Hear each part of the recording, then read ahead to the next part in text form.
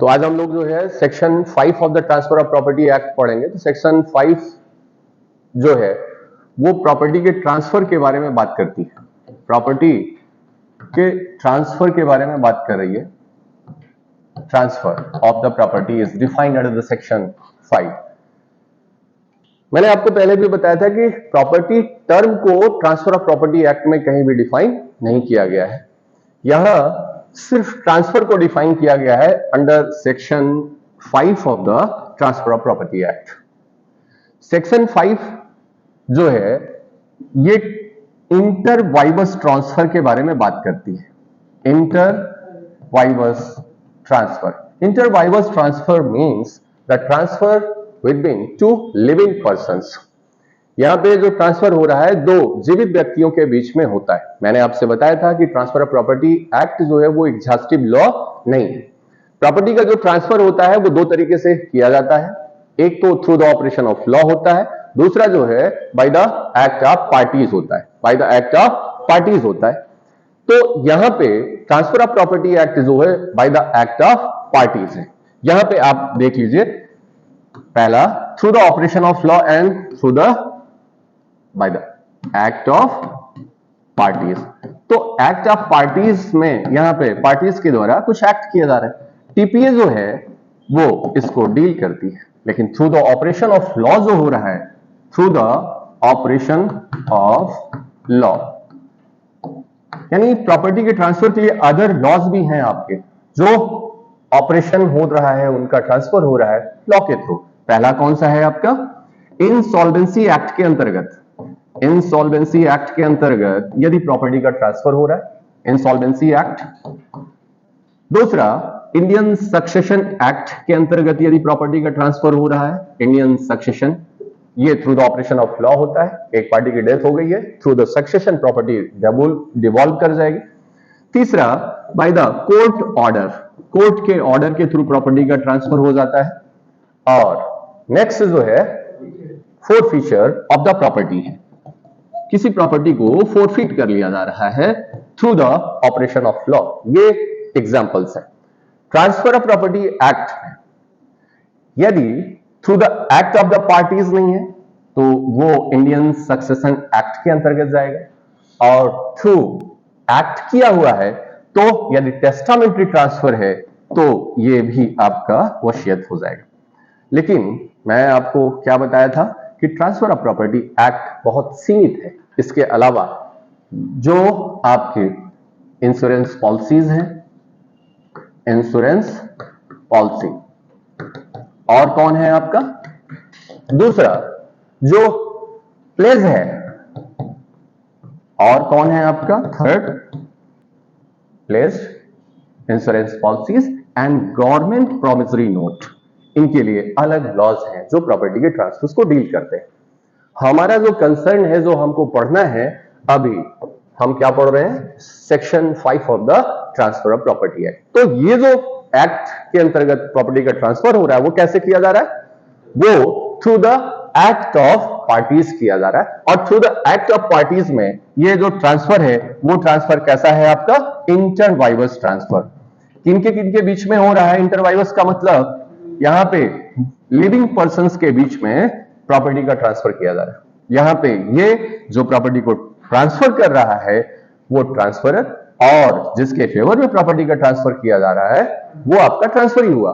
यहां पे वर्ड जो यूज हुआ है वो कन्वे शब्द यूज हुआ है। वर्ड्स जो यूज किया गया वहां पे ट्रांसफर वर्ड यूज नहीं किया गया है। When the transfer convey the property to the transferee. ठीक है, इसका मतलब यहां पे ट्रांसफर अलग चीज है, कन्वेयंस जो है वो अलग चीज है। ठीक है, ट्रांसफर और conveyance both are different things. ठीक है, अभी हम देखेंगे। तो हमने क्या कहा कि यहां पे when one person conveys property to other person और वन पर्सन और more than one person, one person और मोर देन वन पर्सन, एक या एक से अधिक व्यक्तियों को प्रॉपर्टी को क्या कर सकता है? ट्रांसफर कर सकता है या कन्वे कर सकता है हिमसेल्फ। किसको कर सकता है? अपने आप को। And one or more than other persons को। कब कर सकता है? ऐसी प्रॉपर्टी कब ट्रांसफर करेगा? इन प्रेजेंट कब करेगा, कब के लिए, वो प्रेजेंट में कर सकता है और कब कर सकता है, प्रेजेंट और इन फ्यूचर यानी वर्तमान या भविष्य के लिए कर सकता है प्रॉपर्टी का ट्रांसफर। लेकिन जिस प्रॉपर्टी का ट्रांसफर किया जा रहा है वो प्रॉपर्टी आपकी कैसी होनी चाहिए, एग्जिस्टिंग प्रॉपर्टी होनी चाहिए। कैसी होनी चाहिए, जिस प्रॉपर्टी को आप ट्रांसफर कर रहे हो property must be existing property. कैसी होनी चाहिए, एग्जिस्टिंग प्रॉपर्टी होनी चाहिए। यहां पे पर्सन मैं बार बार आपसे यूज कर रहा हूं, ये लिविंग पर्सन होने चाहिए। तो सेक्शन 5 में ही ये क्लियर कर दिया गया है, पर्सन्स इंक्लूड। यहां पे पर्सन में कौन इंक्लूड है आपका, पर्सन में कंपनी है। कौन इंक्लूड है आपका, कंपनी इंक्लूड है। और कौन है, कोई एसोसिएशन है, या कौन है, body of individual, whether it is incorporated or not, whether it is incorporated or not. ये क्या है आपके पर्सन्स माने जाएंगे। इसका मतलब कंपनी भी प्रॉपर्टी को ट्रांसफर कर सकती है और कंपनी के फेवर में प्रॉपर्टी का ट्रांसफर किया जा सकता है। ठीक है, तो ये एक सामान्य बात है जो सेक्शन 5 में बता दिया गया है। फिर आप जरा देखें इन्हें, आप यहां पे मैंने आपको बताया कि सेक्शन 5 जो है वो ट्रांसफर ऑफ प्रॉपर्टी एक्ट के बारे में बात करता है। यहां पे क्या कहा जा रहा है आपका, कि एक व्यक्ति जो है वो प्रॉपर्टी को कन्वे कर रहा है। This is the property which is conveys by one person to another or more than one person or himself and one or more than one living persons. Here the inter vivos transfer, ये जो इंटरवाइवस transfer है इसका मतलब क्या है, living person है। और living persons में कौन इंक्लूड है, कोई कंपनी है। कौन है आपका, कंपनी है, कोई एसोसिएशन है और body of individual, whether it is a incorporated or not. किसी भी वैलिड ट्रांसफर्स के लिए जो कंडीशंस होनी चाहिए सेक्शन 5 में, वो ये कंडीशंस हैं आपकी फॉर द वैलिड ट्रांसफर। पहली चीज क्या होना चाहिए कि ये जो ट्रांसफरर और ट्रांसफरी हैं, ये ट्रांसफर करते समय at the time of transfer both parties must be in a living conditions. कैसे होनी चाहिए, इन्हें लिविंग कंडीशन में होने चाहिए। That's why it is known as the inter vivos transfer. यहां पे जो व्यक्ति ट्रांसफर करने वाला है, यदि ये मर गया है तो ये इंडियन सक्सेशन एक्ट से डील हो जाएगा। बोलो बेटा, यदि इसने वसीयत करके, बाय द एक्ट तो है लेकिन ये मर गया उसके बाद एग्जीक्यूट होगा, तो ये वसीयत यानी ये बिल से डील होने वाला है, राइट।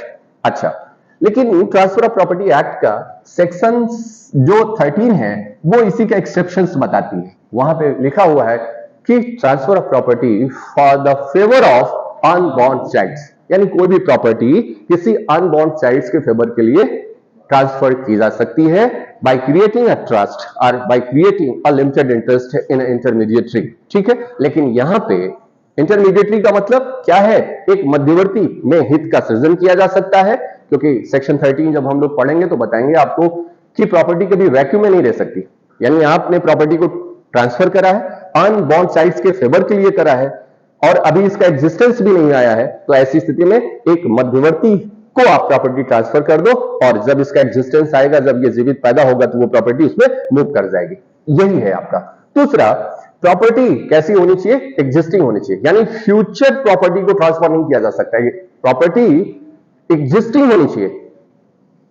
ट्रांसफर को प्रेजेंट या फ्यूचर में किया जा सकता है, ट्रांसफर आज या 2 महीने बाद के लिए हो सकता है, लेकिन जिस वस्तु की, जिस संपत्ति का ट्रांसफर आप कर रहे हो वो कैसी होनी चाहिए, आपकी एग्जिस्टिंग होनी चाहिए आपकी। ठीक है ना, यानी भविष्य में कोई प्रॉपर्टी है जो मुझे अगले साल फल मिलने वाला है, उसको ट्रांसफर करने वाला हूं।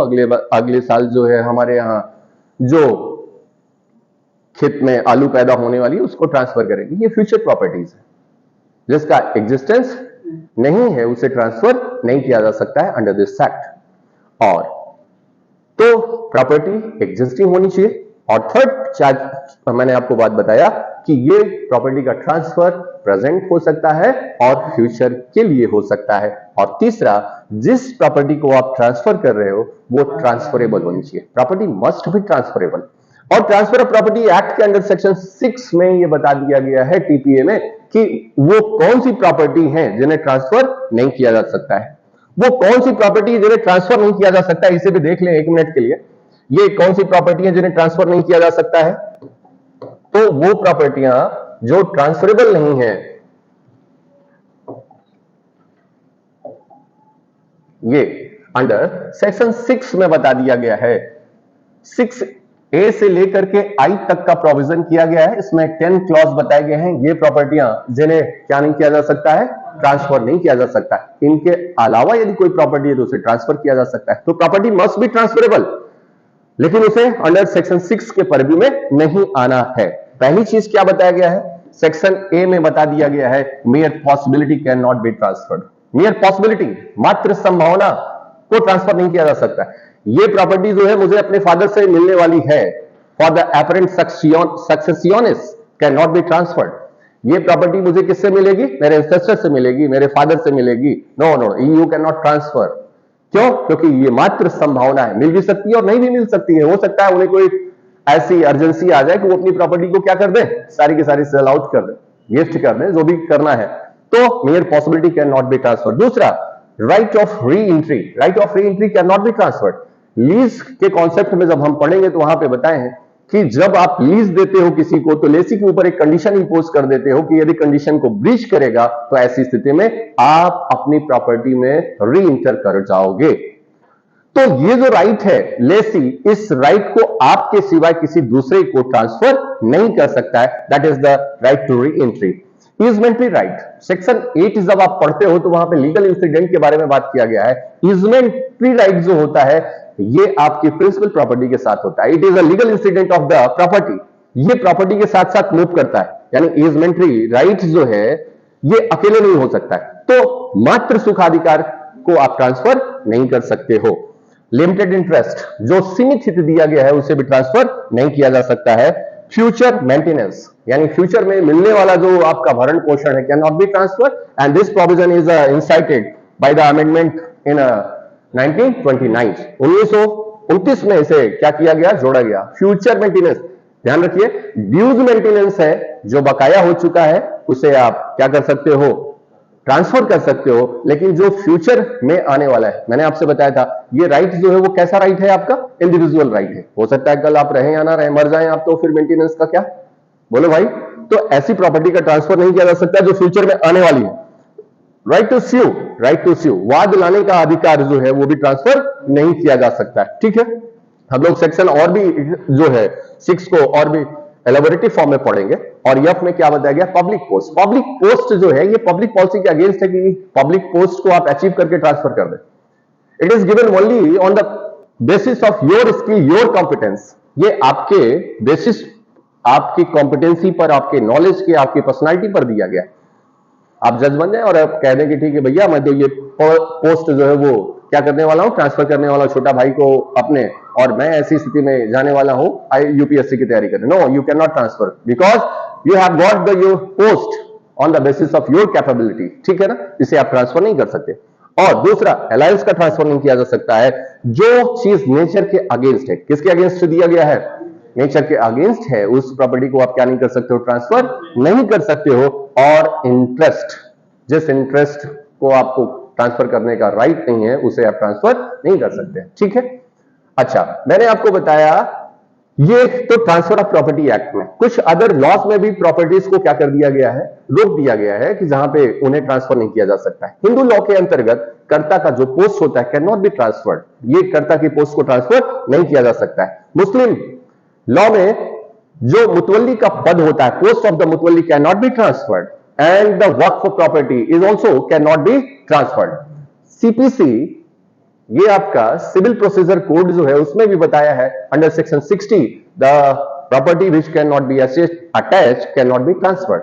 ऐसी वो प्रॉपर्टियां जिन्हें क्या नहीं किया जा सकता है, अटैच नहीं किया गया है, उन्हें क्या नहीं किया जा सकता है, ट्रांसफर नहीं किया जा सकता है। तो मैं आपको बता रहा था कि द प्रॉपर्टी, कौन सी ऐसी प्रॉपर्टी है जो ट्रांसफरेबल है, तो मैंने आपको बताया इन प्रॉपर्टीज के अलावा आईएफसी प्रॉपर्टीज को आप क्या कर सकते हो, ट्रांसफर कर सकते हो। अब ट्रांसफर जो होना चाहिए वो कैसा होना चाहिए, आपकी जो पार्टीज होनी चाहिए वो कॉम्पिटेंट होनी चाहिए। और कॉम्पिटेंसी कहां पे बताई गई है, under section 7 of the transfer of property act. और वहां पे बताया गया है कि ऐसा व्यक्ति जो कॉन्ट्रैक्ट करने के लिए कॉम्पिटेंट है और वो उस प्रॉपर्टी के लिए इंटाइटल्ड है, उस प्रॉपर्टी के लिए इंटाइटल्ड है, या उस प्रॉपर्टी को डिस्पोज ऑफ करने के लिए उसे अथराइज किया गया है, वो क्या है आपका, वो क्या है, कॉम्पिटेंट मान लिया जाएगा। तो अंडर सेक्शन 7 ऑफ द, मैं आपको section 4 of the transfer of property act पढ़ाया था और उसमें मैंने आपको यह बताया था कि ऐसा कोई भी सेक्शंस या chapter of the transfer of property which is related to the Indian contract act shall be the taken as a part of Indian contract act. तो यहां पे जो कॉम्पिटेंसी है वो कॉम्पिटेंसी कहां से डिसाइड होगी, कॉम्पिटेंसी वो इंडियन कॉन्ट्रैक्ट एक्ट से। और कोई भी व्यक्ति इंडियन कॉन्ट्रैक्ट एक्ट में कॉम्पिटेंट कौन है, who has attend the age of majority and who is a sound mind. तो सेक्शन 11 एंड 12 जो है वो कॉम्पिटेंसी के बारे में बात करता है, ठीक है। तो कॉम्पिटेंसी देखने के लिए आप सेक्शन 7 में जाओगे। सेक्शन 7 क्या कह रहा है कि जो कॉन्ट्रैक्ट करने के लिए कॉम्पिटेंट है और जो उस प्रॉपर्टी के लिए इंटाइटल्ड है या उस प्रॉपर्टी को डिस्पोज ऑफ करने के लिए ऑथराइज्ड है वो कॉम्पिटेंट माना जाएगा। और sometimes the transferee also must be a competent, ठीक है। कुछ परिस्थितियों में क्या होना चाहिए, ट्रांसफरी को भी कॉम्पिटेंट होना चाहिए। ट्रांसफरी कॉम्पिटेंट होने के लिए section 136 of the transfer of property act में कुछ जो ट्रांसफरीज हैं उन्हें रिस्ट्रिक्ट किया गया है कि वो ऐसी प्रॉपर्टी को क्या नहीं कर सकते, परचेज नहीं कर सकते, ऐसी प्रॉपर्टी के साथ कोई ट्रांजैक्शन नहीं कर सकते। सपोज यू आर अ जज और आपके सामने कोई प्रॉपर्टी डिस्प्यूट के तौर पर आई है तो उस प्रॉपर्टी के साथ आप कोई ट्रांजैक्शन नहीं कर सकते, ये आपको रिस्ट्रिक्ट किया गया है। तो ट्रांसफरी को भी कॉम्पिटेंट होना चाहिए। और सबसे इंपॉर्टेंट पॉइंट है ट्रांसफर ऑफ द इंटरेस्ट और इंटाइटलमेंट, ठीक है। टाइटल या इंटरेस्ट का ट्रांसफर होना चाहिए। For the conveyance, for the conveyance क्या होना चाहिए आपका, फॉर द कन्वेंस के लिए इंटरेस्ट का ट्रांसफर होना जरूरी है। If there is no transfer of the interest there is no transfer under the section 5 of the transfer of property act, ठीक है। जैसे partition, partition is not a transfer under the section 5 of the transfer of property act. बोलो। दूसरी बात मैं आपको बताऊं, जो फैमिली सेटलमेंट है, family settlement is also is not a transfer under the transfer of property act. क्यों? क्योंकि यहां पे ऑलरेडी आपके पास इंटरेस्ट एग्जिस्ट कर रहा है।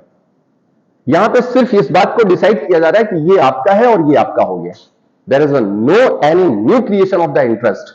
दो भाई हैं आपस में, 2 बीघे खेत है, अभी जब तक पार्टीशन नहीं हुआ था इंटरेस्ट तो था उनका, लेकिन कौन किसका था ये बात नहीं। तो पार्टीशन के द्वारा सिर्फ ये बता दिया गया कि ये वाला चेक तुम्हारा हो गया, ये वाला चेक तुम्हारा हो गया, ये वाली लैंड तुम्हारी है और ये वाली पीस ऑफ लैंड तुम्हारी हो गई। यहां पे इंटरेस्ट तो ऑलरेडी था ना, 1/2 1/2। So there is no any creation of new interest. So that's why the family settlement and a partition, बोलो ये क्या नहीं होगा, इज नॉट अ ट्रांसफर, ठीक है। ये ट्रांसफर नहीं माना जाएगा। बात समझ पाए आप, फैमिली सेटलमेंट, ठीक है।